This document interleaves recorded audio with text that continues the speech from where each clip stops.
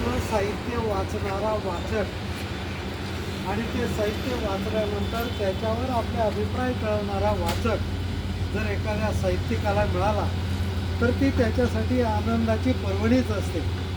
आज योगायोगाने जळगावला जाताना पेट्रोल भरायच्या निमित्ताने मी या ठिकाणी आलेलो आहे आणि त्या ठिकाणी आमचे वाचक अशोक सेठ सोनार यांची आज भेट झालेली आहे.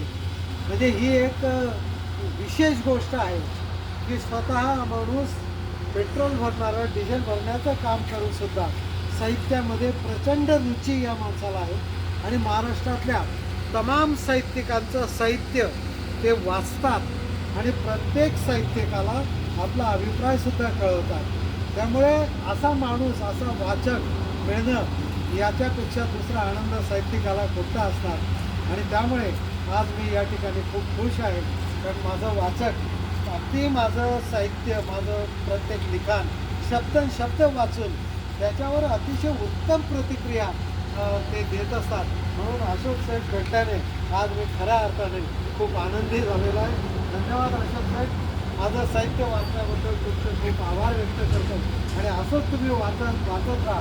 आणि वाचन संस्कृती जी टिकून आहे ती अशा वाचकांमुळे टिकून आहे.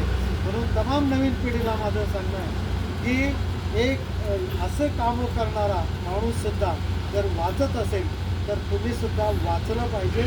वाचाल तर वाचाल म्हणतात ही उक्ती एकदम बरोबर आहे.